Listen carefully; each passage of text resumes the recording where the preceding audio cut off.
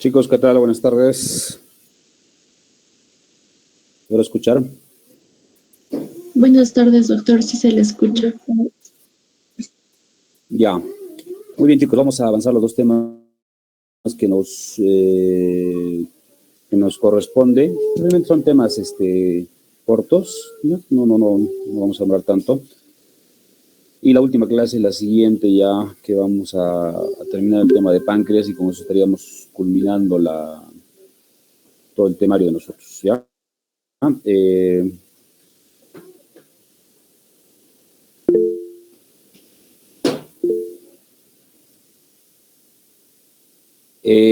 ¿Ya han dado los exámenes de las otras materias?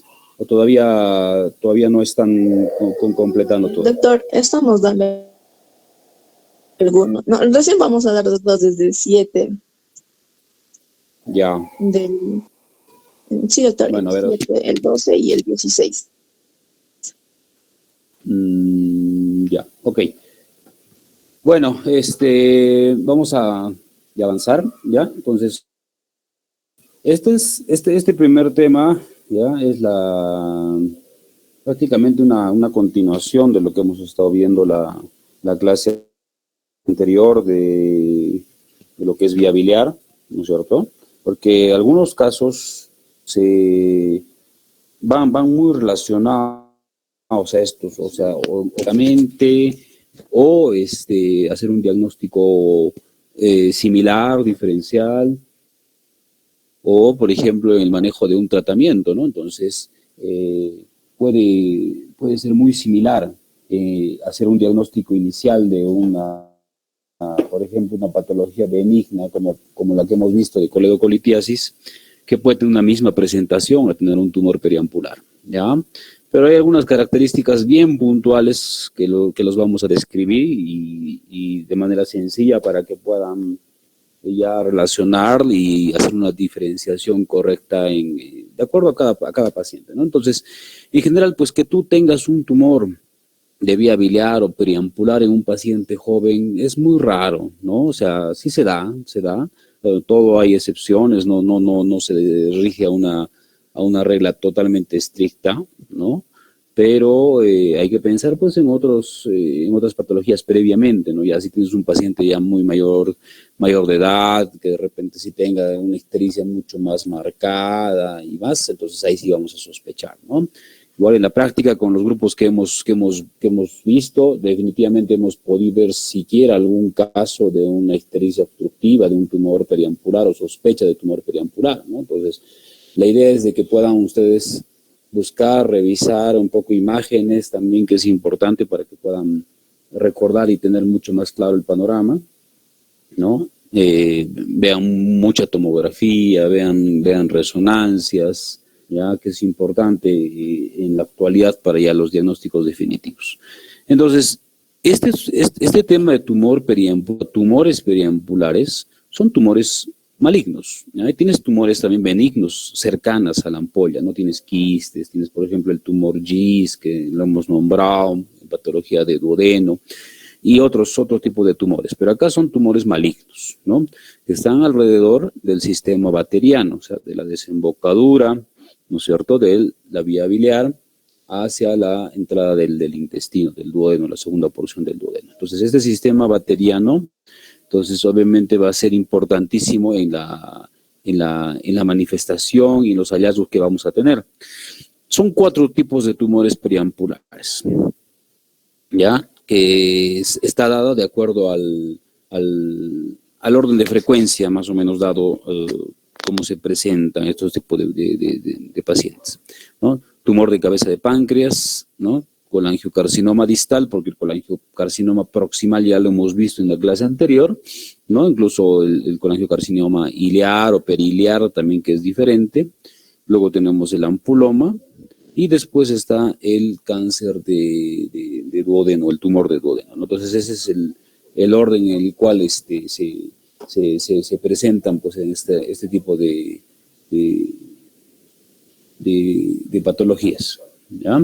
Entonces, vamos a escribir uno por uno, pero en general los 4 pueden tener una clínica similar, o sea, pueden tener un mismo cuadro clínico, pero con diferente diagnóstico definitivo. O sea, tú tienes, por ejemplo, un paciente mayor de edad con ictericia, que tiene baja de peso, dolor abdominal, ¿no? Y de repente por ahí le palpas una pequeña tumoración, entonces ya tu principal diagnóstico, el diagnóstico que va a la cabeza es tumor periampular.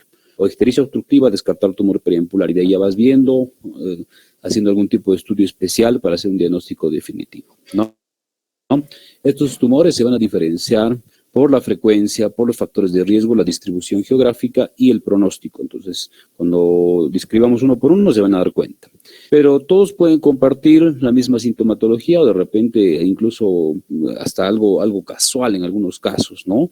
Pero normalmente los pacientes sí tienen una ictericia moderada alta, baja de peso, leve dolor abdominal, coluria, ¿no? Acolia en algunos casos, prurito, tumor abdominal. El prurito se manifiesta ya en estadios más avanzados. O sea, cuando un paciente tiene una ictericia inicial, un cuadro aparentemente inicial, es difícil de que te dé un prurito. El prurito se manifiesta cuando ya la ictericia o la bilirrubinas están por encima de 10, 12, 15. Recién es que el paciente empieza a tener esa sensación de picazón en el cuerpo, ¿no? La tumoración palpable igual también, ¿no? Se puede dar o no se puede dar en algunos pacientes, ¿ya? Entonces eso tenemos que verlo de acuerdo a la evolución clínica también del paciente. Entonces estos tumores, estos tumores periampulares, ¿no? También pueden tener a la vez un síndrome oral, un tumor intraabdominal. Acá seguramente han escuchado alguna vez del síndrome de Cobb-Weiser-Terrier, ¿no? ¿Qué es esto básicamente? O sea, es una vesícula muy grande, una vesícula palpable, pero que no les duele al paciente. Entonces tú no, en situaciones normales no logras palpar una vesícula, pero tú ves una vesícula muy distendida, o bien es una vesícula por ayuno, que por el ayuno también te puede dar una dilatación, distensión de la vesícula, ¿ya? O que puedas tener una dilatación vesicular por compresión también de la vía biliar cercana al cístico. Entonces se puede dar una distensión vesicular y es un signo de tumor intraabdominal, de un tumor periampular. Adelgazamiento, hiporexia, anorexia, vómitos, trastornos hemorrágicos, los déficits de la coagulación, sobre todo de los factores vitamina K dependientes, ¿no? Que son el 2, 7, 9 y 10. Normalmente estos pacientes cuando llegan, pues al hacerle los preoperatorios, tú te das cuenta de que tienes un TP muy alto, ¿no? TP, INR alto, y eso es por el mismo trastorno que te da la misma enfermedad de base, ¿ya? Entonces, a veces intentar corregir TPs muy altos no se puede, o sea, no te da mucho el tiempo, ¿no? Tienes que pasarle plasma, tienes que pasarle vitamina K, ¿no? Y vas viendo con los controles, pero no se logra corregir a veces hasta la normalidad. Algunos pacientes debutan con diabetes, algunos hacen melena, algunos hacen anemia, colangitis, sobre todo los más distales, ¿no? Como el colangiocarcinoma distal o trombosis venosa profunda, ¿no? Entonces, si se dan cuenta, puede debutar como varias sintomatologías, ¿no? O incluso como clínicas medias aisladas, diferentes al cuadro principal del que podríamos estar sospechando, ¿ok? Entonces,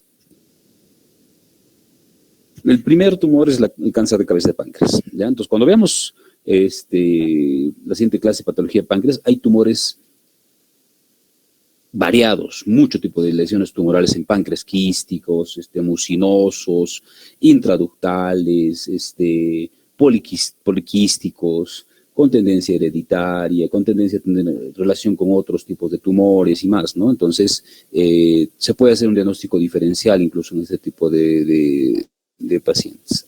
Pero este caso específico que estamos hablando, ¿no? Del cáncer de cabeza de páncreas, es de los 4 el más frecuente de los tumores periampulares. Entonces, si tenemos ese diagnóstico que les decía, ¿no? De ictericia obstructiva y descartar enema periampular, por frecuencia tenemos que sospechar en ¿no? Entonces, tenemos que hacer los exámenes necesarios para pensar que es una lesión de cáncer de páncreas, porque es más o menos un 80% de la presentación de todos los tumores periampulares, ¿ya?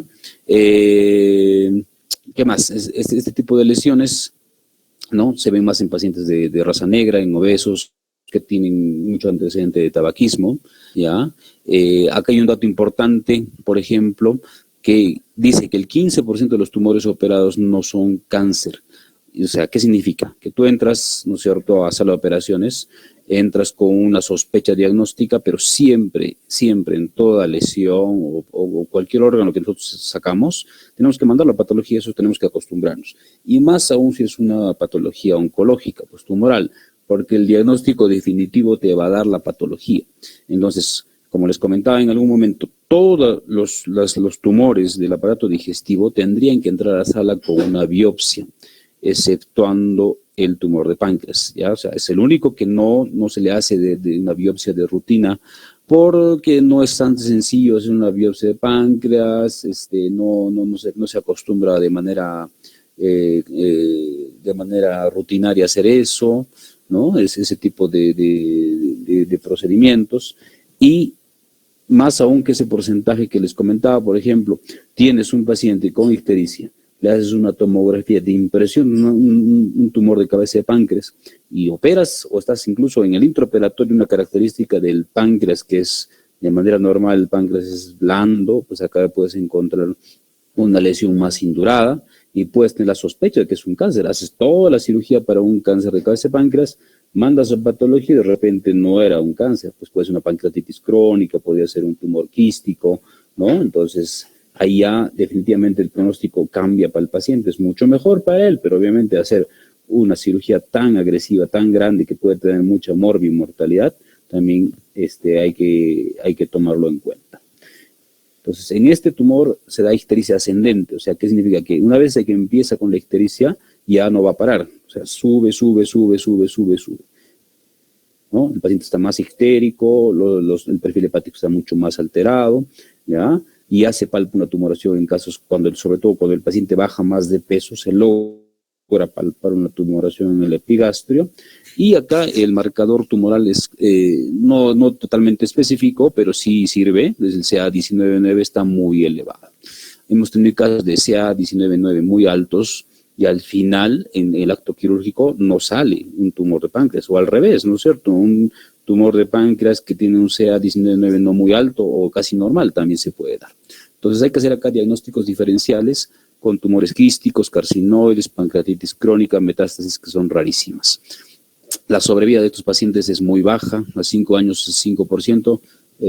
Lastimosamente un paciente que se opere de este tipo de lesiones, pues en promedio pues tiene una sobrevida de unos 6 meses, un año. Entonces, acá se ve la lesión del cáncer de cabeza de páncreas, que es una lesión bien circunscrita, si se dan cuenta, por anatomía muy adherida cerca al duodeno, a la vía biliar también, ¿no es cierto?, los vasos mesentéricos cercanos, ¿ya? Y cuando tú hagas un estudio de imagen, lo mejor es hacer una tomografía, ya, con contraste siempre, recuerden, para nosotros en cirugía digestiva. Entonces, acá, ¿qué cosa vas a encontrar en una tomografía? Van a recordar, entonces se ve una cola y un cuerpo de páncreas muy chiquito, ya, y una cabeza de páncreas agrandada, irregular, ¿no? Que se ve la lesión tumoral. Entonces, una cabeza grande, cuerpo y cola más pequeños del tamaño normal y obviamente con cambios de densidad y más cosas, ¿no? Puedes encontrar ganglios y otras lesiones mucho más específicas. La segunda lesión tumoral o el segundo tumor es el colangiocarcinoma distal. Es el segundo en frecuencia, ¿no? Entonces es más dado en pacientes con hepatolitiasis o lo que se dice panlitiasis, o sea, pacientes que tienen muchos cálculos en la vía biliar. Entonces se tienen que hacer una cirugía rápida, precoz, porque está demostrado que tiene una predisposición a la formación de tumor, ¿ya? Colangitis esclerosante ascendente, quistes de colédocos también no tratados o mal tratados, colitis ulcerosa, consumo de aflatoxinas. Acá en este caso, estos pacientes tienen una ictericia que es más sostenida, ¿ya? O sea, no es que sube, baja, como el que hemos estado viendo, sí, se ve una ictericia constante y hacen episodios de colangitis. Entonces, a veces las colangitis, como hemos visto, puede ser una colangitis leve, entonces tú le das tratamiento antibiótico, dices, ya mejoró y listo, ¿no? O por ahí le haces una colangioresonancia y dices, hay sospecha de que hay un pequeño cálculo, de repente mejora el paciente, piensas, el cálculo ya ha podido ya ha podido pasar, entonces ya se soluciona el problema. Entonces puedes dejar, digamos, esta lesión tumoral lo puedes pasar por alto, entonces hay que tener un poco cuidado. Acá los marcadores tumorales, uno de los más específicos es la alfa-fetoproteína, que está elevada, pero no te da tampoco un diagnóstico definitivo. Sí hay que hacer diagnósticos diferencial, perdón, con cálculo enclavado en la papila, ¿no es cierto? ¿Ya? O con parasitosis. Acá la sobrevida de estos pacientes a 5 años es mucho más alta, ¿no? 5 años es el 30%. Entonces, en las imágenes de este colangiocarcinoma distal, entonces tú puedes tener, ¿no? Sospecha clínica, puedes hacer tomografía, puedes hacer resonancia, de repente puedes hacer una colangiografía transparieto-hepática y más, pero en general la lesión está bien abajo, bien distal. Entonces, los diagnósticos diferenciales de los que más tenemos que tener en cuenta es cálculo. Cuando tienes un cálculo en la parte baja, ¿no es cierto?, bien baja, casi en la parte cercana a la papila, ¿no?, o supraduodenal, se ve una imagen como en copa invertida, le dicen, ¿no? No tenemos acá esta foto, pero ustedes pueden buscar como una copa invertida, ¿no? Se ve cóncavo en la parte alta y luego ya no pinta en la parte baja. Cuando tienes una sospecha de este colangiocarcinoma, más se ve como una imagen en dedo de guante, ¿ya? Entonces se ve una dilatación bien ancha en la parte baja y también la vía biliar extra e intrahepática dilatadas. En algunos casos se ve como en punta de lápiz, ahí también es otro tipo de lesión tumoral que puede ser, también se ve en el colangiocarcinoma, pero más frecuente es como el dedo de guante. Entonces hay que hacer siempre una colangioresonancia con reconstrucción. O sea, al tener la reconstrucción, tú vas a tener ya una imagen mucho más clara, más evidente de lo que tú vas a querer buscar. El tercer tumor es el ampuloma, ¿ya? Es el tercero en frecuencia. Acá sí hay una diferencia en comparación de los otros, miren. Hay una ictericia fluctuante, o sea, sube y baja luego de presentar melenas. El paciente está con una ictericia bien alta, tú lo ves en ese momento, ¿no? Está en observación, de pronto te hace una hemorragia digestiva alta, te hace una melena y baja, la ictericia baja, ¿no? Baja, ya no se lo ve tan amarillo al paciente. Y esto se da por lesión tumoral, una tendencia a la necrosis. O sea, se va desfacelando la parte más externa del tumor, ¿no? Empieza a caer, ¿no? ¿Cierto? Y como está justo en la ampolla, empieza a caer, se va hacia el intestino y te hace una hemorragia, pues, ¿no? Te hace una hemorragia digestiva, heces oscuras, y eso hace que la ictericia baje. Y después otra vez se vuelve a agrandar la lesión tumoral y vuelve a aparecer la ictericia. Esa es la característica, ¿no? Los marcadores tumorales son poco específicos. Acá hay que hacer diagnósticos diferenciales con adenomas o leiomiomas. Acá la sobrevida es un poquito más que los dos previos que hemos visto, ¿no? A los 5 años es más o menos unos 40%. Luego, acá tenemos una imagen. Entonces, si se dan cuenta, en el primero tenemos que hacer una tomografía. En el segundo tenemos que hacer una resonancia. En este tercero tenemos que tener una endoscopía y una tomografía. En la endoscopía porque tú vas a ver, mira que se ve la papila muy grande, incluso los gastroenterólogos dicen como una papila preñada, ¿no? Se ve una papila muy ancha, muy irregular, incluso sangrante al roce, nomás al intentar rozar con el endoscopio sangra, entonces es muy friable el tejido de esta lesión tumoral, y lo que ves es esto, pues, ¿no? Ves una vía biliar ancha, un duodeno grande, ancho, y una vesícula también distendida, ¿no? Entonces, la sospecha, acá sí le puedes hacer biopsia, ¿no? Porque estás entrando, haces una biopsia, tienes el diagnóstico definitivo, e incluso en el colangiocarcinoma también puedes entrar, hacer como una CEPRE y le haces un cepillado, y ya tienes el diagnóstico definitivo. El último, ¿no? El cáncer de duodeno es el menos frecuente.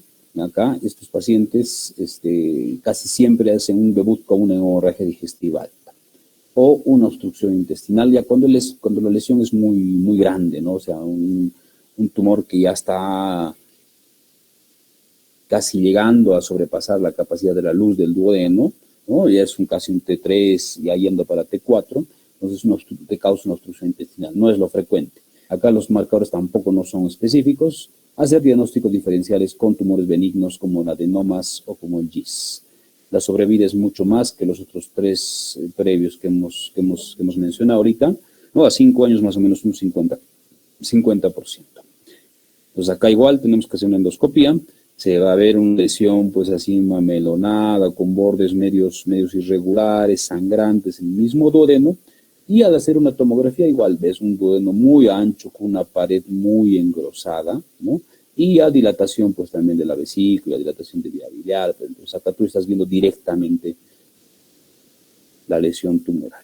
Entonces el tratamiento para este tipo de patologías tumorales es el mismo, ¿no? O sea, es un solo tipo de procedimiento que se hace, ¿ya? En los 4 casos. Hay algunos casos en los cuales tú vas a entrar con un diagnóstico ya casi definitivo y sabes qué cirugía vas a hacer, pero la mayoría de los casos es que tú entras con un diagnóstico de sospecha, vas a intentar hacer un procedimiento y vas a incluso variar en el acto quirúrgico. O sea, en sala de operaciones vas a tener que modificar algunas cosas, de repente no es el tratamiento definitivo que tú estabas buscando, tendrás que hacer una variación, una derivación o un tratamiento paliativo, ¿no? Entonces, eso se va a decidir en el momento de sala. Entonces, el tratamiento es la operación de Whipple, ¿no? Esta es la cirugía. Si ustedes lo han escuchado alguna vez, ¿no? Es para, pues, el cáncer de cabeza de páncreas, pero en los 4 tumores que estamos nombrando se hace esta operación. Es la operación más compleja que hay dentro de la pared abdominal en general, ¿ya? Entonces, es una operación bien amplia, bien larga, bien compleja, que en algunos casos, pues ya con experiencia, los cirujanos oncólogos pueden hacer un tiempo promedio de unas 4 horas más o menos, que es lo que es un estándar, ¿no? Pero hay casos en los cuales pues esta cirugía puede durar 8 horas, 10 horas o más, ¿no? Entonces es una cirugía muy compleja con alta morbimortalidad, ¿no? Solamente se debe intentar en tumores resecables. Entonces ahí el momento de entrar a sala, ves si es que hay metástasis, que al palpar el tumor ya está muy firme, muy adherido hacia el retroperitoneo, probablemente ya no sea resecable. Entonces no te conviene hacer una cirugía de este tipo, pues porque intentar liberar, por ejemplo, la pared posterior del tumor que está pegada prácticamente, ¿no?, al retroperitoneo, muy adherido cercano a los vasos mesentéricos, puede ser muy peligroso. Es una estancia hospitalaria larga, ¿no? Entonces hay algunos centros hospitalarios incluso que te piden que tengan cama en UCI. Hay algunos hospitales en los cuales se le tiene que dar nutrición parenteral durante unos 2-3 días preoperatoria para que el paciente ya entre en mejores condiciones dietéticas, ¿no? Porque el manejo nutricional postoperatorio va a ser muy importante, ¿no? Vamos a ver que en esta cirugía la alimentación, o sea, que el paciente entre con buena nutrición, que esté con una albúmina muy buena, encima de 3.5, 4, lo ideal para soportar esta cirugía, y después darle suplementos alimentarios y más tratamiento, pues puede ser mucho mejor, o realmente puede ser la única, digamos, salida que puede tener estos pacientes para una mejoría más adelante, ¿no es cierto? Entonces, los pasos de este procedimiento son amplios, ¿no? Hay algunas variaciones de acuerdo a cada escuela. Por ejemplo, en el INEM hacen una variación, en Revalidati hacen de otra forma, en los hospitales MINSA de los cirujanos oncólogos pueden variar de alguna forma. Entonces, es ya un poquito de acuerdo a la escuela y a la técnica, ¿no? Pero no es necesario que lo conozcan al detalle, pero más o menos para que entiendan. Miren, los pasos se los voy a nombrar rápidamente. Es una incisión suprainfraumbilical, ¿no?, la mediana, o la incisión de Chevron, ¿no?, que es una incisión que con uno de los grupos que ha rotado la semana pasada han podido ver esa incisión, ¿no? Justo se operó un pseudoquiste pancreático y se hizo esa incisión. La incisión Chevron es la subcostal bilateral, ¿no? O sea, es como una V invertida, ¿ya?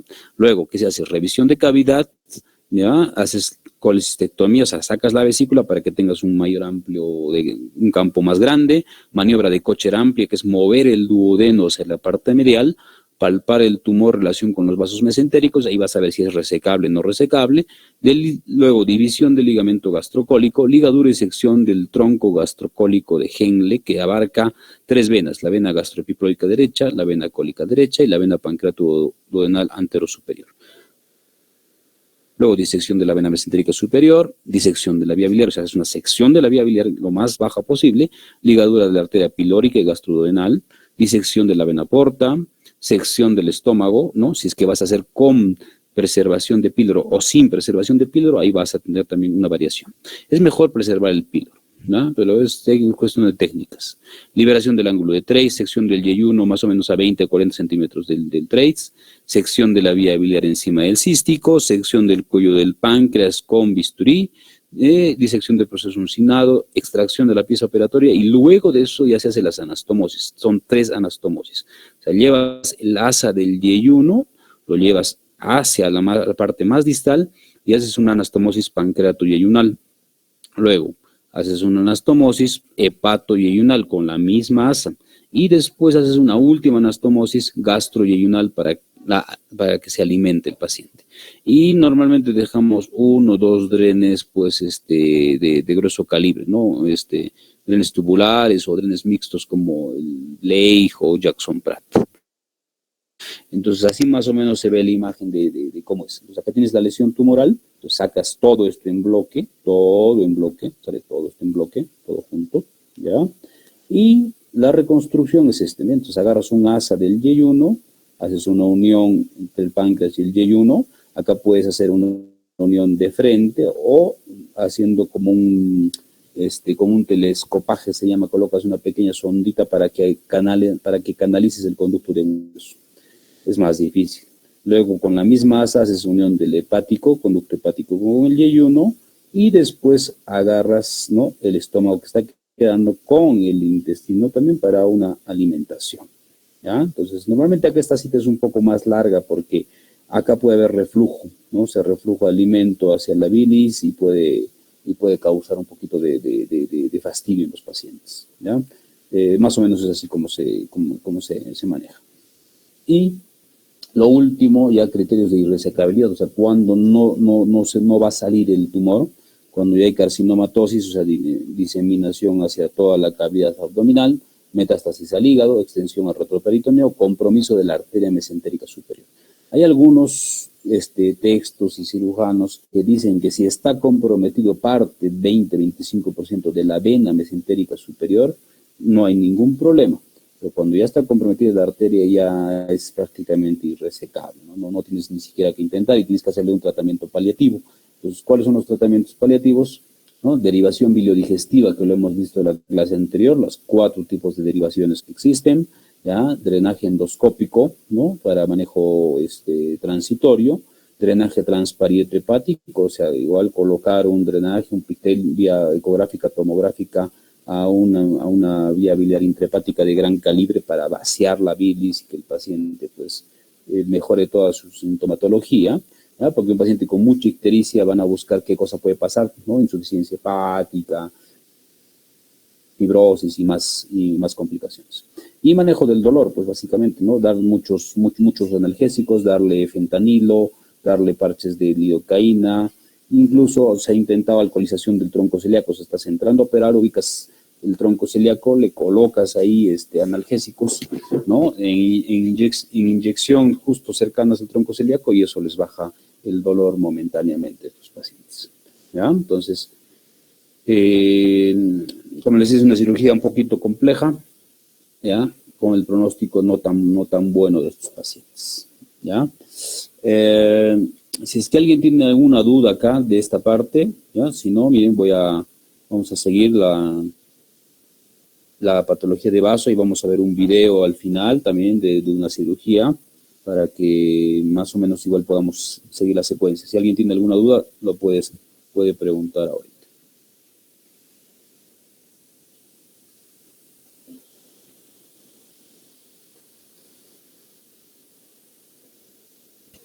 Liz, ¿alguna duda? ¿No?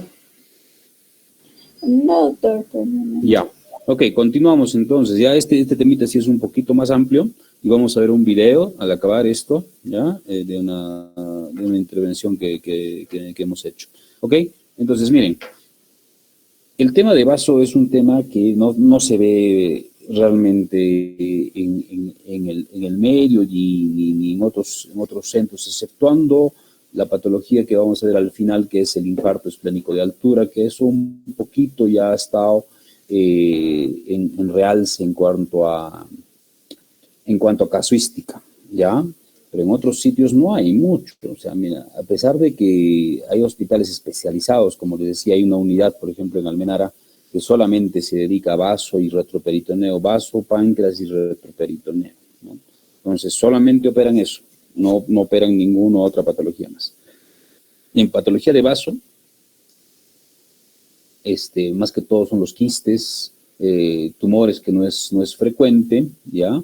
Y traumas, ¿ya? No hay mucha más patología, ¿no? Realmente es poca la frecuencia para el ámbito de cirugía. Nuestro medio acá, por ejemplo, en el hospital, patología de vaso por trauma,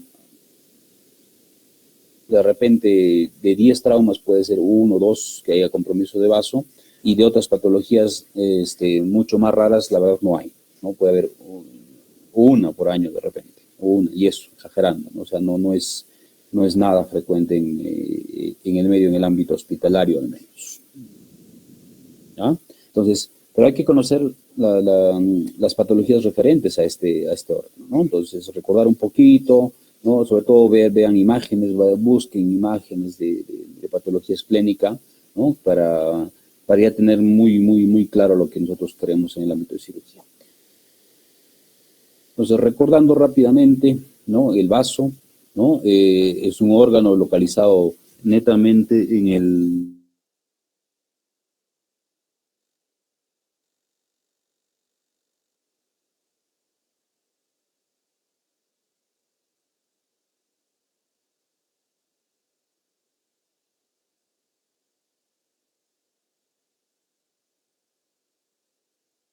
Doctor, disculpe, no se le escucha y sus diapositivas ya no están.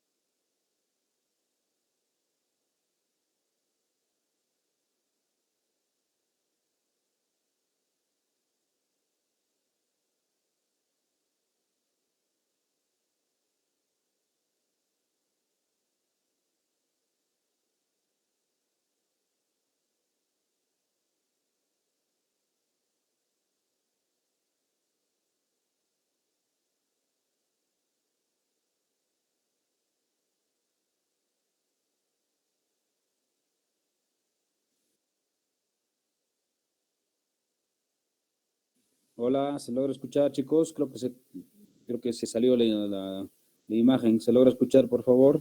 Doctor, se escucha muy alejado. Ahora, Sí, doctor, ya se ya, escucha. sí, Las diapositivas se me salieron. se cortó. Voy a volver a compartir. Ya, a ver un segundito. Ya, creo que ahí está. Bueno, como les decía, el vaso es un órgano que está localizado en el hipocondrio izquierdo, ¿ya? Puede ser muy pequeño, muy grande, normalmente hay un promedio de 28 gramos a 9 kilos, en casos muy extremos, y este órgano va a aumentar con la presión arterial, va a aumentar después de las comidas y va a bajar de tamaño en el ejercicio. Entonces, mide unos 5 centímetros de ancho, unos 14 centímetros de largo y 3 centímetros de espesor, en promedio unos 250 gramos, más o menos en promedio. Tiene una forma de una cuña triangular o tetraédrico, más que todo parece como un triángulo, ¿no? Triángulo con varias formas también cercanas. Este vaso está relacionado, ¿no? En la parte alta con el diafragma, en la parte medial con el estómago, hemos visto muy unido por los vasos cortos, en el riñón izquierdo en la parte inferior, los ligamentos, ¿no? Suspensorios del vaso, el páncreas también muy adherido en la parte medial, ¿no? Del ilio cercano a la cola del páncreas, y la pared tóraco-abdominal, ¿no? Entonces, no es palpable en condiciones normales, o sea, es un órgano que no lo debes tocar en condiciones normales, ¿ya? Tenemos varios ligamentos que están suspendiendo el vaso, ¿no? Entonces, tenemos varios, los cuales son el ligamento gastroesplénico, el ligamento esplenorrenal, el ligamento esplenofrénico, el ligamento esplenocólico, el ligamento pancreatoesplénico, el ligamento o pliegue pereesplénico. De todos estos, los más importantes son el esplenofrénico, ¿ya? Y el esplenocólico. Esos dos, porque para hacer la disección del vaso tienes que liberarlos por completo para poder, digamos, luxar el vaso o poder liberar el vaso para que tú puedas movilizarlo en la parte posterior. Entonces, una vez controlados esos dos ligamentos, ya tienes prácticamente movilidad de todo el vaso en la pared posterior. Tiene 2 lóbulos, 5 segmentos y los 2 polos que conocemos. La irrigación del vaso básicamente da por la arteria esplénica, tiene 2 ramitas preiliares, ¿no? Normalmente tiene las arterias lobulares y va para adentro, arterias segmentarias de 3 a 8 ya dentro del parénquima del vaso, y arterias submentales. También está irrigado por los vasos cortos, entre 2 a 9, que vienen de la misma arteria esplénica o de la gastroepiploica izquierda, ¿no? Normalmente son 3, como les comentaba, los 3 últimos vasos cortos que están muy adheridos y cercanos acá a la parte del vaso. Y también ramas de la arteria gastroepiploica izquierda que van en la parte del polo inferior del vaso, ¿ya? Entonces, esa puede ser la variación que podemos tener de acuerdo a la forma. Incluso podemos encontrar unas arterias anómalas, alteraciones de la forma de la distribución, de cómo va, ¿no es cierto?, la tortuosidad de la misma vena y la misma arteria, son bien interesantes para poder ubicar el ilio esplénico. Las venas, ¿no? Tenemos la vena esplénica que está formada por varias venas que se unen en el ilio. Es de gran calibre, mucho más de mayor calibre que la arteria. Esta no es tortuosa a comparación de la arteria, y va a formar la vena porta junto a la vena mesentérica superior. O sea, la vena esplénica, ¿no?, más la vena mesentérica superior forman la vena porta. Y tiene un 60% del volumen, o sea, más un volumen venoso, si se dan cuenta. Los nervios del plexo celíaco, fibras del nervio vago derecho. Entonces, la irrigación, importantísimo, ubicar siempre la vena, la arteria, ¿ya? Ligar primero la vena, como vamos a hacer un tip más adelante, ¿no?, para poder controlar el sangrado que podemos tener, que puede ser complicado o puede ser muy dificultoso en algunos casos, ¿ya? Entonces, bueno, la histología de este órgano está compuesto 80%, ¿no?, de pulpa roja, que es la fagocítica, y un 20% de una pulpa blanca, que es el tejido linfoide en el parénquima esplénico. O sea, la función en sí del vaso, ¿no?, es importantísima, la parte inmunológica. La fisiología, sabemos que es el órgano linfático más grande, más o menos recibe 300 ml por minuto de sangre, de acuerdo si tienes un vaso pequeño o una esplenomegalia, eso va a variar, ¿ya? Pero la principal función es el almacenamiento de sangre, ¿no?, la hematopoiesis, la filtración y la respuesta inmune, ¿ya? Eso ya lo han visto ustedes en fisiología y más, no vamos a tratar mucho, no va para nuestro curso, ¿ya? También tiene la función de fagocitosis de los glóbulos rojos ya dañados o envejecidos, ¿no? La destrucción de estas células, producción y destrucción de plaquetas también básico, importante en pacientes que tienen problemas de plaquetopenia, formación de inmunoglobulina M, de tupsina, de properdina, ¿ah? También podemos encontrar anomalías congénitas como cualquier órgano que estamos viendo, asplenia, ¿no?, o ausencia del vaso, que es poco frecuente, hipoplasia esplénica, sí, o sea, del vaso bien chiquito, hemos encontrado a veces un vaso muy pequeñito y casi pegado al diafragma, en cual no logras encontrarlo, ¿no?, pero ahí está. Poliesplenia, que tienes un vaso pues ya mucho más grande, ya un vaso accesorio que sí es frecuente. Es más, te dicen los textos que el 10 a 15% de los pacientes tienen un vaso accesorio, o sea, de la misma posición del vaso, tienes un vaso más chiquito cerca al epiplon mayor, o cerca al hilio esplénico. Ahí tienes otro pequeño vaso adherido. Un vaso errante es una posición anómala en otro sitio que no es el del hipocondrio izquierdo. Fusión esplenogonadal, que es algo raro. Quistes esplénicos, que sí se ve, ¿no? Como tumores quísticos múltiples dentro del vaso. O la esplenosis, que es la diseminación del tejido esplénico en la cavidad cuando había un derramamiento de sangre, de repente un trauma, el vaso se ha roto en alguna cirugía, no has aspirado bien, puede que quede pequeños restos de tejido esplénico por ahí. Bueno, entonces, como les decía, básicamente en las patologías lo que tenemos que recordar es el trauma esplénico, porque, o sea, sacar un vaso puede ser sencillo, ¿no? O sea, haces una cirugía, una laparotomía, puedes ligar bien el hilio esplénico y lo demás es prácticamente de rutina, ¿no? O sea, los ligamentos y demás, eso es muy sencillo a comparación, por ejemplo, de sacar un riñón, de sacar de repente parte del hígado, ¿no? O de sacar el colon, otros órganos. El vaso puede ser algo sencillo en algunos casos, pero por ejemplo, cuando tienes un trauma muy grave, un trauma severo, entonces el sangrado te puede complicar, no logras ver prácticamente nada, el paciente está chocado, hay mucho coágulo, mucha adherencia en esa zona, la pared está también pues friable, entonces al momento de intentar liberar, aspirar, pues hay un estrés porque el paciente sigue sangrando y no logras encontrar el punto de sangrado, entonces puede ser difícil.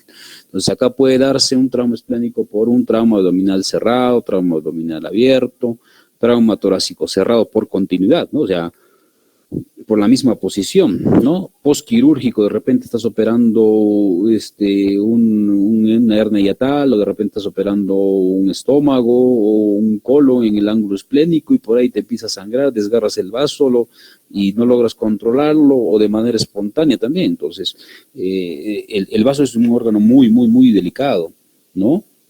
Es un órgano muy, muy, muy friable, ¿no? Entonces, hay que tener mucho cuidado para la manipulación, o sea, no vas a tener, digamos, la facilidad de, como en el hígado, ¿no? Que se te desgarra un poco, ya le puedes comprimir, pones una gasa, empiezas a poner de repente o coagular, cauterizar, ¿no? En el vaso no tanto, o sea, si tú a veces empiezas a coagular, intentar parar el sangrado, te empieza a sangrar más y más y más, entonces hay que tener mucho cuidado, ¿no? Entonces el vaso hay que manipularlo con mucha paciencia, con mucha delicadeza, ¿no? Para evitar desgarros que pueden ser más complicados. Entonces, la clasificación, como en todo el trauma, ya lo hemos visto, todos los órganos intraabdominales tienen hasta 5 grados y el trauma de hígado que sí tiene hasta el 6, ¿no? Entonces, acá en el vaso, ¿no? Tenemos en el grado 1, entonces tú vas a tener 4 criterios básicamente, ver si el hematoma es subcapsular o intraparenquimatoso, y si es una laceración con profundidad o tienes una lesión vascular. En el grado 1 tú tienes un hematoma subcapsular menos del 10% y una laceración menos de 1 centímetro, algo totalmente chiquito, solamente observación. En el grado 2 tú tienes un hematoma subcapsular entre 10 a 50%, o un daño intraparenquimatoso menos de 5 centímetros y una laceración de entre 1 a 3 centímetros sin daño de los vasos importantes trabeculares, que también es un manejo conservador, hasta ahí 2. En el grado 3 tú tienes un hematoma subcapsular más del 50%, incluso que está roto, o un hematoma intraparenquimal más de 5 centímetros también roto, y una laceración más de 3 centímetros de profundidad con daño de los vasos trabeculares. En algunos casos ha intentado hacerse tratamiento conservador en el grado 3, pero lo mejor es aquí, porque hay mucho riesgo, ¿no? De que por ahí dices, de repente me vuelve a resangrar, le he dejado hemocolágeno, le he dejado Surgicel, y de repente funciona así, no, en los drenajes se está mojando aún, tienes la duda, entonces mejor sacar el vaso. Y en el grado 4 ya es una lesión ya más en profundidad, no se produce un infarto más del 25% del vaso, daño de vasos iliares, y en el grado 5 la laceración está completamente profunda, el vaso está totalmente destrozado, no se encuentra el hilio en algunos casos, solamente restos, rezagos, ¿no? Ya es un vaso que ha estallado. Entonces, en general, cuando tienes tú una cirugía de vaso, si puedes controlar el sangrado, se puede manejar, digamos, con compresión, de repente con esplenografía un par de puntos, pero no es lo recomendado porque Y acá poner puntos con catgut o Vicryl se corre. Si hay una lesión ya del ilio, definitivamente el paciente va a la parotomía con esplenectomía completa.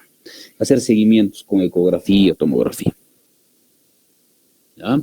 De ahí la ruptura puede ser aguda, ¿no? del vaso por una hemorragia inmediata en 90% de los casos, o tardía con un intervalo de días a semanas 10%, oculta. Lo normal es de que haya después de un trauma que sí se vea una manifestación rápida, no pasa tanto tiempo para que se vea una lesión del vaso de manera importante. Puede lesionarse la cápsula del vaso, el parénquima o el ilio. Entonces, si es una cápsula, puede manejarse de manera conservadora. Si es el parénquima, dependiendo de la profundidad, y si es el ilio, ya no hay marcha atrás, o sea, eso ya no va a solucionarse nunca. La clínica, ¿no? Obviamente va a depender de la gravedad y la hemorragia. Entonces, hemos dicho, si es que hay un sangrado ya con un compromiso del gasto cardíaco importante, pues recién va a haber una manifestación también importante, clínica. Puede haber taquicardia, hipotensión, puede haber shock, dolor abdominal, puede haber dolor de hombro, que es el signo de Kerr por irritación del diafragma. Puede haber una matidez fija en el hipocondrio izquierdo, puede haber signos peritoneales, puede haber signos de anemia, ¿no? Entonces, todo eso, la clínica que te da una hemorragia que ya le hemos visto. El diagnóstico, ¿no? Obviamente vamos a hacer la clínica, vamos a hacer un laboratorio que el paciente está con hematocritos en descenso. Igual con uno de los grupos hemos visto un paciente que ha tenido un trauma esplénico, hace un par de semanas, un joven que tuvo un accidente de tránsito en moto, llegó al hospital, ¿no? Le dieron tratamiento conservador, le dieron de alta, y después de casi 7 días vuelve el paciente. Vuelve por dolor abdominal, no estaba taquicárdico, no estaba hipotenso, ligera palidez, un poco de dolor en el hipocondrio izquierdo, le hacen una tomografía y sí se veía un trauma esplénico grado 3, ¿no? Le hicimos hematocritos, tenía un hematocrito de ingreso de 44, tenías que hacer hematocritos seriados porque el paciente estaba estable totalmente. A las 6 horas bajó a 40, al día siguiente un hematocrito tempranito ya estaba en 34, entonces significa que estaba sangrando.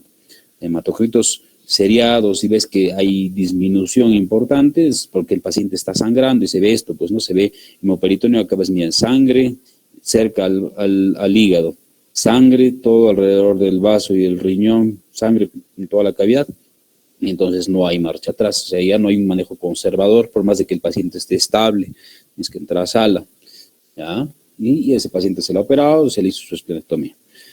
Radiografía, puedes encontrar un diafragma izquierdo un poco elevado, inmóvil por la irritación y por el contenido de sangre que está ocupando la celda esplénica, y tienes que hacer, pues, definitivamente imágenes, ¿no? En la ecografía tú vas a tener una idea inicial, ¿no? Puedes decir, no, si hay sangre, de repente ves cómo está el parénquima del vaso.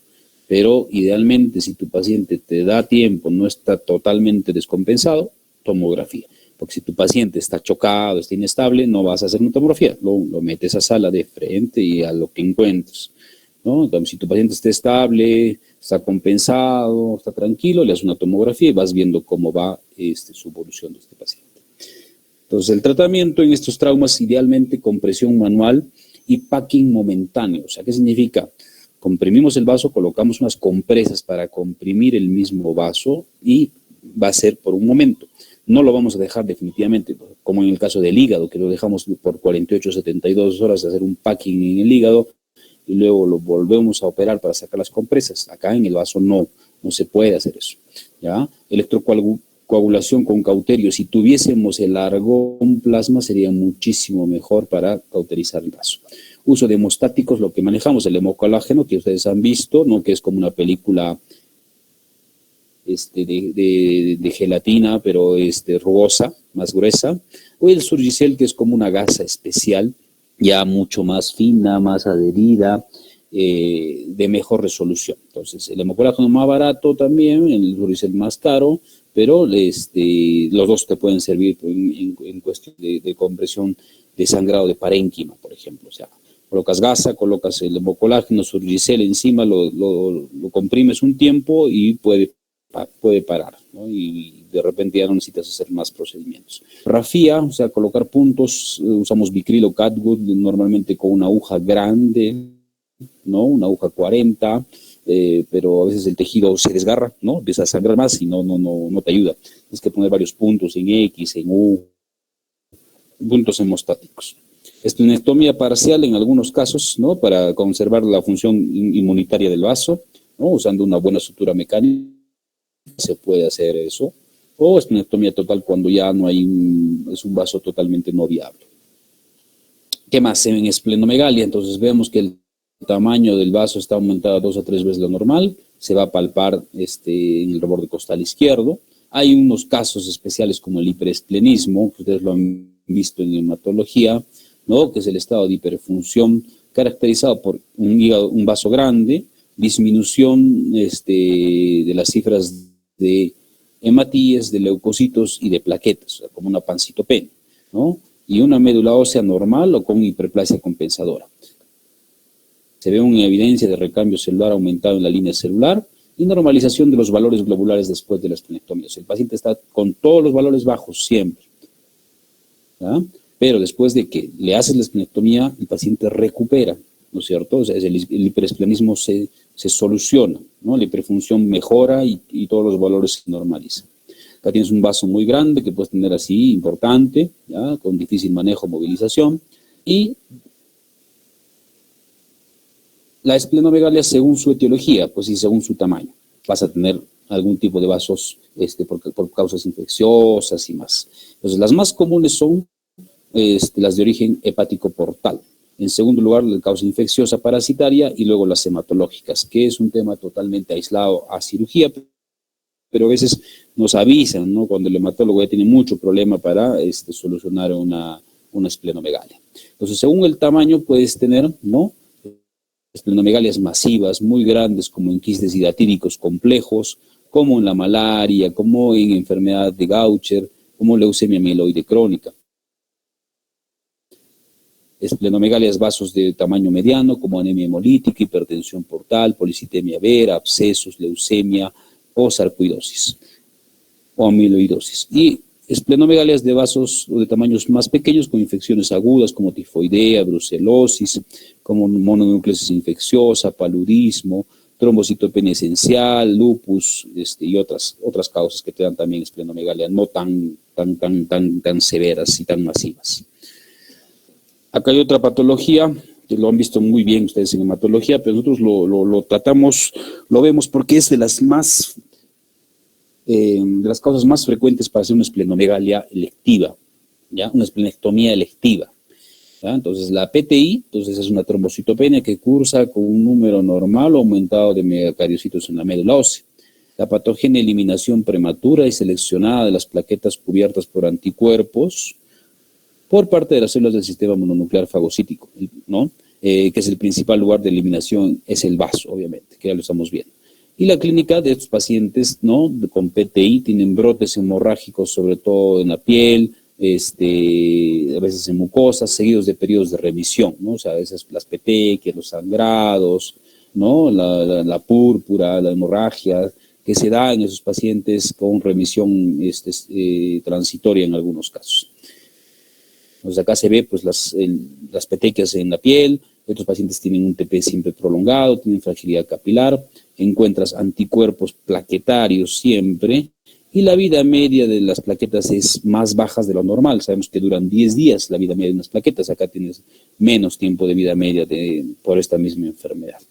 Entonces acá el tratamiento, inicialmente el hematólogo le da corticoides a dosis altas, ¿no? Le da los pulsos y bueno, lo que ustedes ya saben, pero en general cuando un paciente tiene un perfil ya hepático un poco alterado, el TP que no logras compensarlo de manera completa, va a esplenectomía, ¿no? Entonces, haces esplenectomía y luego le das medicamentos inmunosupresores.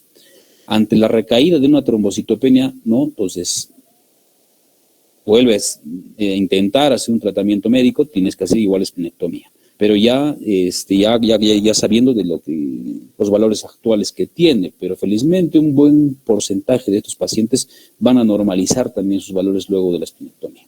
Igual, ante un fracaso de esplenectomía que te puede dar recaída, se tiene que usar prednisona de manera prolongada. O sea, sacas el vaso, el hematólogo dice, pero igual me sigue haciendo estas crisis ¿no? De hemorragias y más, tienes que darle corticoides ya prácticamente continuo.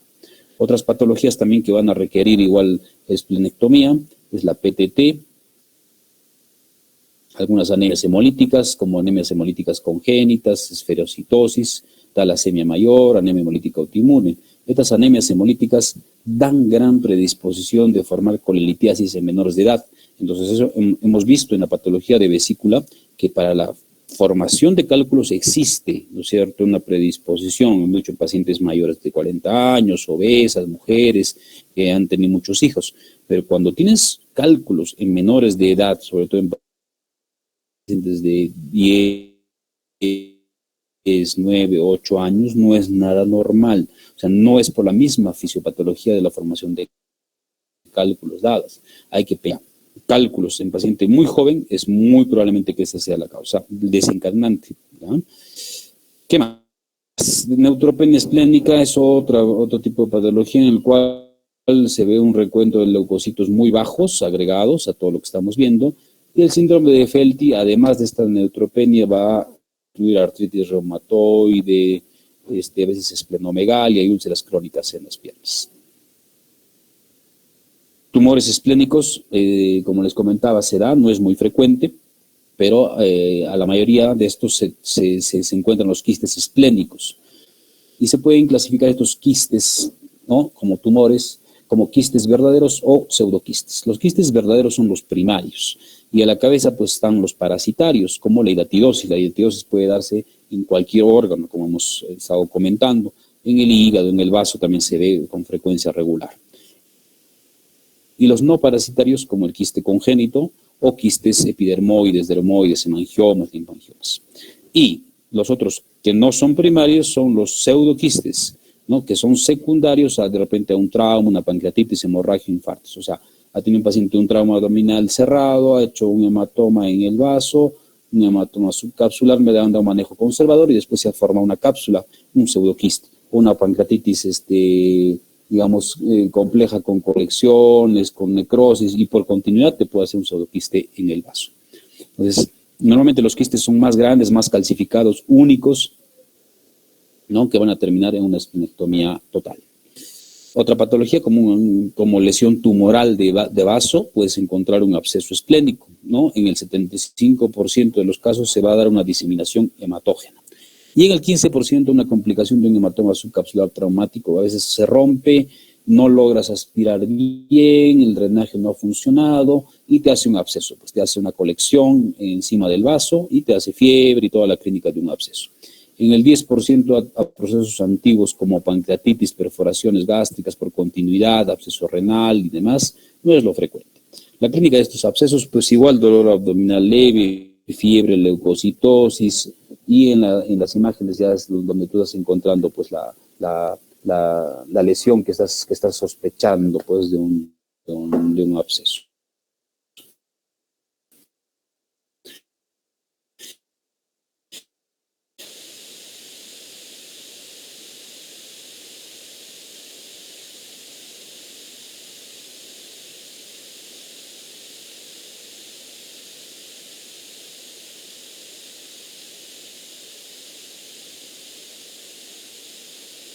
Tratamiento de estos abscesos, se ve si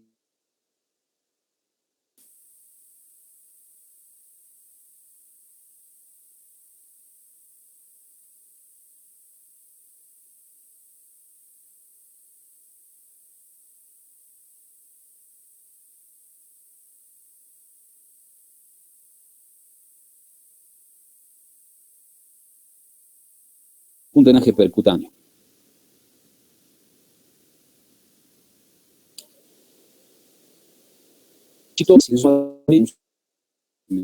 Mayor muy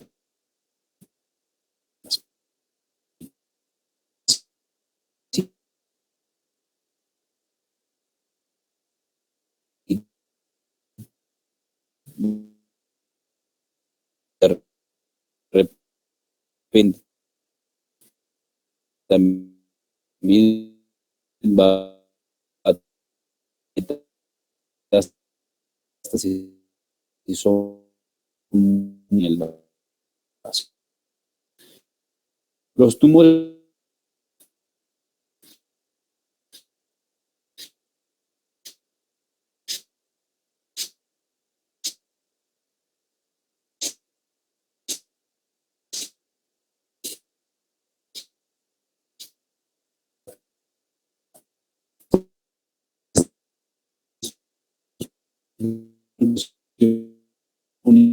múltiples benditos espectros que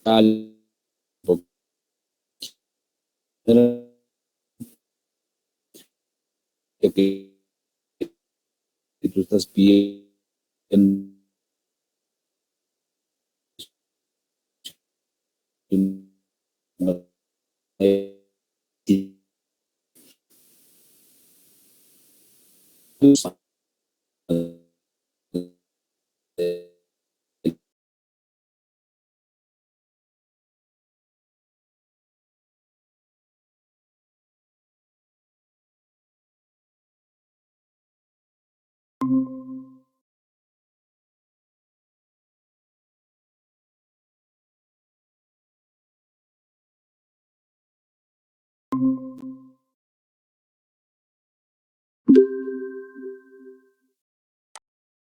en el embarazo del síndrome de HELLP, que es hemólisis, ¿no es cierto? Alteración del perfil hepático de las enzimas hepáticas y plaquetopenia. Esto se da por una complicación en el embarazo, ¿no? Por la eclampsia, ¿no? Entonces, hipertensión en el embarazo, que lo van a ver, que ya llega a un extremo que el paciente incluso con el HELLP está convulsionando, ves que el vaso se rompe. Entonces, aparte de entrar a hacer la extracción del feto, pues tienes que entramos en cirugía a ver si es que no está comprometido el vaso o el hígado, a ver que mayormente el hígado sufre de un hematoma o una ruptura de hígado y terminas en empaquetamiento, ¿no? También se puede dar en casos muy extremos. O infarto por altura, que lo vamos a ver en un ratito. Entonces, digamos, es el tema un poquito más especial y largo del tema de vaso, porque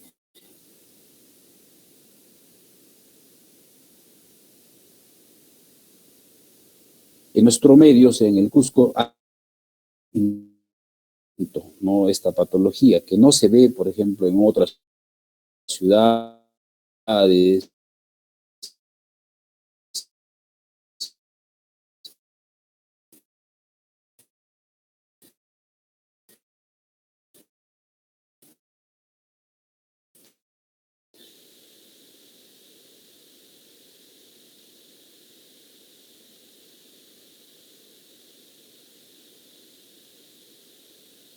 Entonces, es una patología rara, pero que está en aumento. Se da en una ciudad de altura, que normalmente se ve más. Entonces, más en pacientes también que tengan descendencia afroamericana o raza negra.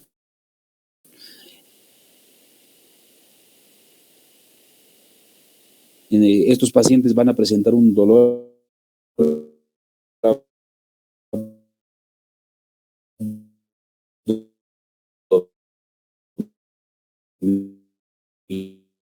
final brusco, intenso en el hipocondrio izquierdo, van a tener dificultad respiratoria, van a estar pálidos, con de pulmón en algunos casos, abdominal, incluso un buen anamnesis y saber que el paciente está teniendo por una alteración de la hemoglobina. O sea, es una hemoglobinopatía S, que es un desorden hereditario resultando de una mutación en el gen beta S, que se expresa con la sustitución de un aminoácido en la cadena beta de globina.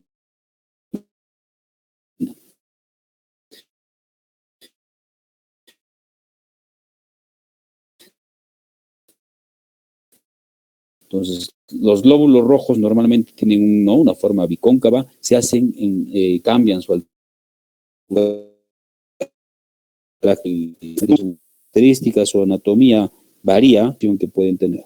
Entonces, se da un fenómeno falciforme en todo esto, ¿no es cierto? Hay una oclusión vascular, la globina S desoxigena, es menos soluble que la normal, entonces se forma un gel insoluble, ¿no? Que luego se va a cristalizar el glóbulo rojo cambia a forma de oso falciforme, se da el fenómeno falciforme, se altera el flujo vascular, ¿no? Se produce una éstasis, se acrementa la hipoxia, se deforma esta misma célula falciforme y da una oclusión vascular.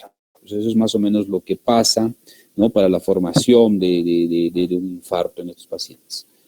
Entonces, ¿qué cosa da? Entonces, resumiendo, hay hipoxia, la formación de hemoglobina S, se da un falciformismo, una oclusión vascular y después se produce un infarto que puede ser muy localizado o muy agresivo. Se puede presentar como un infarto agudo, ¿no? Que puede ser focal no complicado, en un pequeño segmento del vaso que sería lo mejor para el paciente, o como un infarto masivo, que ya está dando un compromiso de más del 50% del tema del vaso. O también se puede dar como un infarto con disrupción capsular, o sea, ya hay una ruptura del vaso, ¿no es cierto? Y te puede debutar con una, aparte de la clínica sospechosa, como un hemoperitoneo, ¿no? O sea, porque ya hay mucho sangrado, el paciente está con sintomatología de una anemia muy importante, ¿no? Y puede estar comprometido incluso el estado general del mismo paciente. ¿Ya?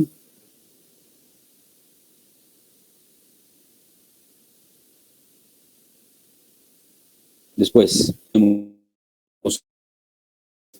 que hacer una quintar, indagar muy bien al pariente, estamos ya casi, después que hemos vuelto de Lima, más o menos casi 6 años, hemos visto 2 casos de este tipo de pacientes, y los 2 nos ha tocado en nuestra guardia.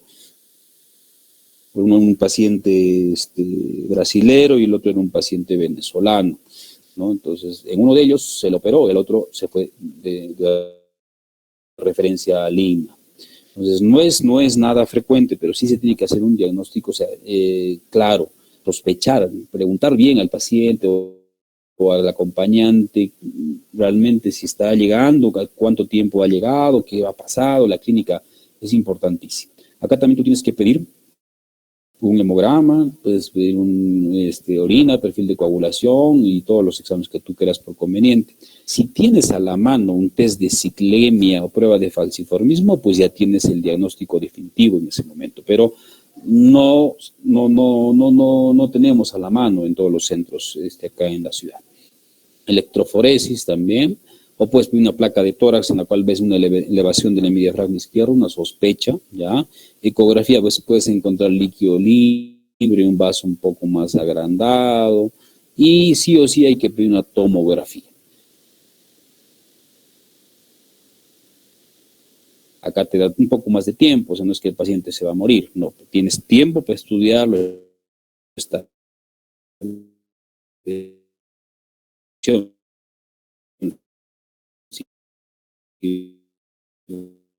pasó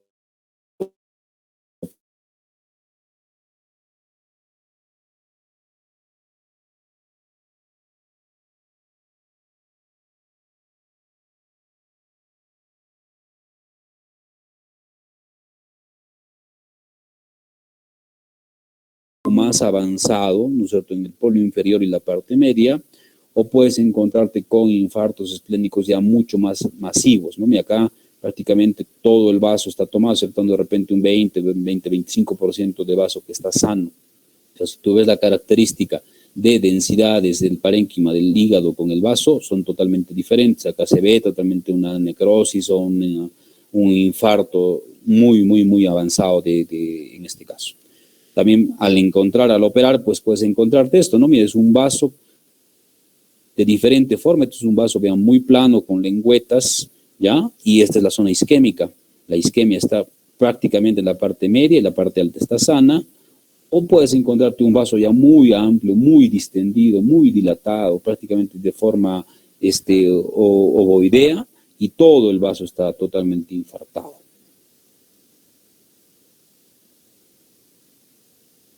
¿No? Entonces te puede tocar uno, te puede tocar otro, entonces no sabes qué opción tienes.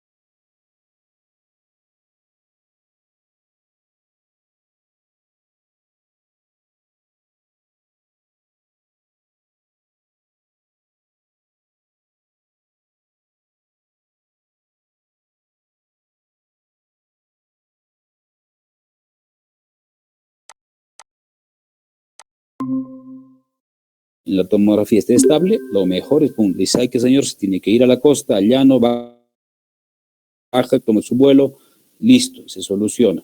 Y el paciente se estabiliza, se controla el infarto, se queda más localizado, ya no avanza y ahí queda. Porque si ya pasa más de un día, 2 días, eso va a seguir avanzando si no se toma una decisión. Porque si ya está mucho más avanzado, normalmente más del 50%, ya no va a haber chance de recuperar ese vaso y se tiene que hacer una esplenectomía. Entonces eso tienes que explicarle muy bien al paciente al hacerle un diagnóstico ya tentativo. Entonces tú puedes tener tomografías, ¿no es cierto?, con mucho compromiso de vaso, puedes tener áreas no infartadas, áreas infartadas y ver, pero realmente la tomografía te va a ayudar mucho, pero en algunos casos que hemos ingresado, ya entrando a sala ya se ve totalmente más avanzado el cuadro a comparación de una tomografía que parecía que estaba mucho más controlada. Y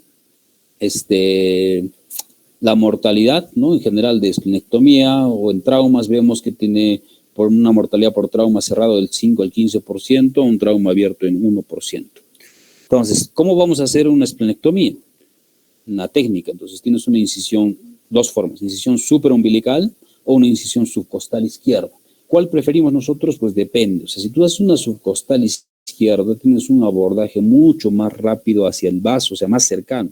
Pero el problema es que te sangra, o sea, tienes que cortar músculos. Es casi igual como hacer una cóchera, una incisión subcostal derecha. En cambio, en la supraumbilical llegas mucho más rápido, en menos sangrado, pero a veces la posición no te ayuda. O sea, tienes que estar moviendo al paciente, la camilla del paciente, para poder ligar todos los vasos, los ligamentos, no tener una buena maniobrabilidad del vaso y no tengas problemas. Hay que encontrar los hallazgos que estás viendo, ligadura de todos los vasos cortos, ligadura del ligamento gastrocólico, ligadura de la arteria y la vena esplénica, ligadura del ligamento esplenorenal. Una vez de que terminas eso, ya prácticamente el vaso es fácilmente de extraerlo.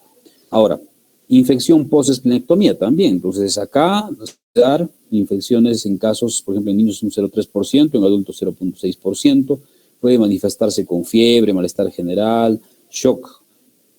Entonces, lo que tienes que hacer es vacunar entonces a estos pacientes. Si tú vas a hacer una esplenectomía programada, entonces tienes que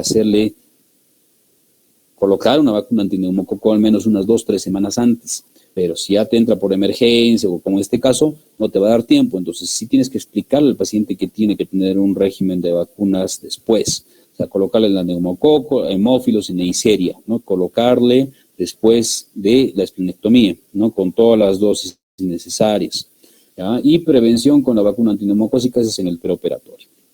Uso de antibióticos también, normalmente usamos ceftriaxona en el pre y postoperatorio, unos 2-3 días de repente el paciente tranquilo, normalmente no se deja drenes, a no ser que veas que el hecho sea muy cruento, un vaso muy grande, que es difícil de maniobrar, le dejas un dren y vas observándolo. Pero si no, no es necesario. Y algunos tips ya acabando, ¿no es cierto? La ruptura espontánea del vaso periátrico se puede dar en casos de malaria, calazar, mononucleosis. Las adherencias en esplenomegalia están más relacionadas a esplenomegalia debido a infecciones crónicas.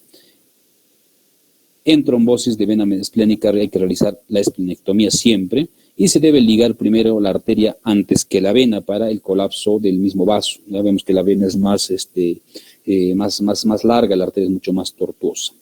Y lo último de retroperitoneo, que también está relacionado a la patología de vaso, pues en trauma y hematoma retroperitoneal tenemos 3 zonas. La zona 1 es esta, la zona del centro medial, supramesocólica e inframesocólica, donde están los grandes vasos. O sea, si tú tienes un trauma en el retroperitoneo en zona 1, esto no se explora, tienes que dejarlo ahí, observarlo al paciente, reposo y nada más. ¿Ya? Porque si tú intentas abrir un hematoma en esta zona, te va a sangrar y se va a morir el paciente. ¿Ya? Tienes hematoma retroperitoneal, zona 2, son los flancos. Zona 2 derecha, zona 2 izquierda. Tienes la zona perirrenal, paraduodenal, pericolónica. Entonces, si tienes un hematoma retroperitoneal en esta zona 2, sí tienes que explorar, abrir el retroperitoneo, hacer una maniobra, hematox, una maniobra, ¿no es cierto?, de Catel en estos lados para poder llegar hasta el retroperitoneo y vaciar el hematoma. Y en la zona 3, que es la zona pélvica acá, a veces sí y no se explora. A veces se explora, a veces no, porque cuando tú exploras esto, a veces terminas con un packing pélvico, o sea, colocar full compresas en el packing, en el piso pélvico, porque no es que hay un vasito nomás que sangra, son los vasitos presacros, vasitos cercanos al pubis, que sangra todo en napa, ¿no? Entonces no tienes cómo controlar el sangrado, tienes que hacer un packing. A veces es mejor dejarlo ahí, nomás no explorarlo, porque también tienes los vasos femorales, obturatrices cercanos y también puede ser un poco más difícil de manejo. Entonces, la cirugía a mano asistida, normalmente se usaba esto, es hacer un tipo de cirugía laparoscópica, ¿no? Y colocar un sistema Yelpor, ¿no? Para poder maniobrar. O sea, si tú estás operando por laparoscopía, lo que tú pierdes es un poco la sensibilidad y ver, tocar los órganos. Entonces, si tú entras con esto, ¿no? Entonces estás operando por laparoscopía y también con la otra mano te estás ayudando, pues ya sientes, es diferente. Esto se hace bastante en patología de vaso, ¿no? Entonces, a veces con un vaso muy grande, entonces en vez de que vayas colocando 5 o 6 trócares que no te ayudan ni siquiera a levantar un vaso, pues colocas 2 o 3 trócares, colocas este sistema de Hals, ¿no? Y uno de los cirujanos introduce la mano y con eso ya está ayudando. O sea, es menos incisión, obviamente, ¿no? Entonces es una forma de manipulación en cirugía asistida, ¿no? Pero a veces ya mira, como esto, 2 manos, pues ya no tendría ningún sentido, ¿no? Entrar con una cámara y 2 manos, pues mejor le haces una incisión totalmente abierta, cirugía abierta convencional y listo. Okay. Vamos a... Les voy a mostrar un pedacito de un video, ya, de una esplenectomía, y con eso vamos a terminar. Este video no está editado, así que voy a ponerle algunas partes nomás, ¿ya? Entonces, miren, ahí se veía un infarto esplénico, ¿ya? Pues acá, miren, este es el vaso, hay sangre, y está medio adherido, está medio plastronado, incluso parecía como si fuese un absceso inicialmente. Entonces, había sospecha, pero ya ahí se ve la isquemia. Mira, toda esta es la zona que está infartada. ¿Ya? Vamos a avanzar un poco. ¿Ya? Entonces, se coloca los trócares, se va aspirando, ¿no? Se ve el hematoma, se ve coágulos, ¿no? Vamos limpiando la cavidad. Es un paciente que nos ha tocado en la clínica. Ahí se ve el vaso infartado, ¿ya?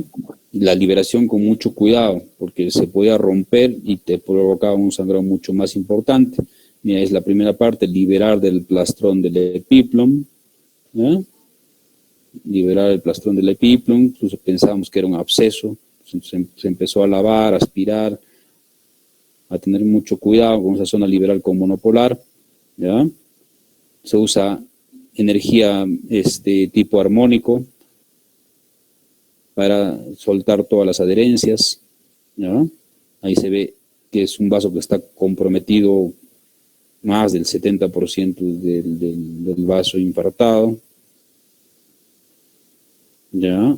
Y la liberación, ¿no? Luego ubicar el hilio esplénico. Voy a pasarles otro pedacito, porque como les digo, no está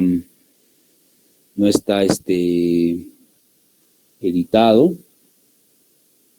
¿ya? Y acá, a ver, vamos a ver que acá podemos ver algo más. A ver, acá.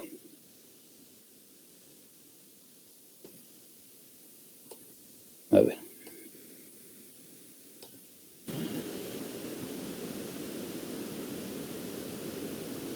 Ya, ahí has hecho la liberación del vaso en el polo inferior, los vasos cortos, y este es el hilio esplénico, ¿no? O sea, el ayudante está traccionando el vaso con una de las pinzas y ahí se ve, ¿no?, el hilio esplénico.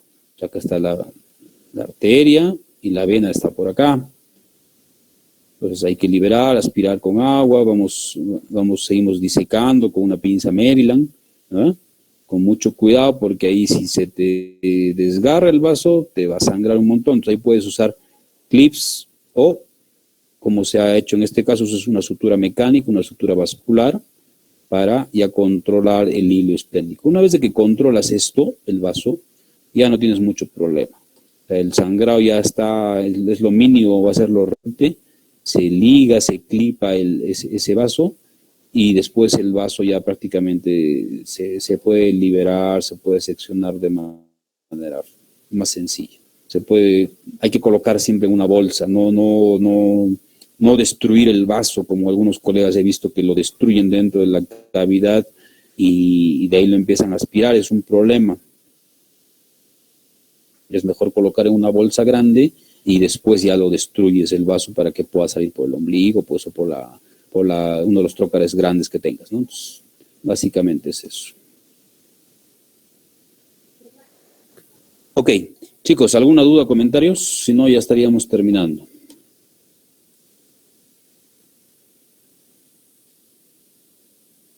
¿Alguien que tenga alguna duda, comentario?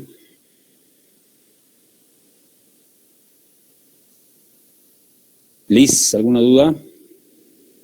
No, creo que no, doctor. Doctor, solo la siguiente clase tocaría páncreas y ya el examen sería. Perdón, no te escuché.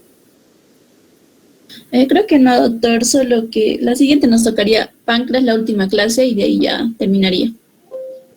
Sí, la última clase es páncreas, estamos terminando. Mira, yo en el transcurso de esta semana te voy a mandar el temario para el examen final. Ya, o sea, el examen final va a ser lo último que estamos avanzando y como te comentaba, va a entrar unos 2 temas de la primera unidad y unos 2 temas de la segunda unidad. ¿Ya? Pero es bien puntual, no es lo extenso como hemos pasado los 2 exámenes antes, ¿ya? Así que yo te voy a estar avisando, ¿ok? Listo, chicos, estamos terminando la clase, cuídense. Está bien, doctor, gracias. Muy bien.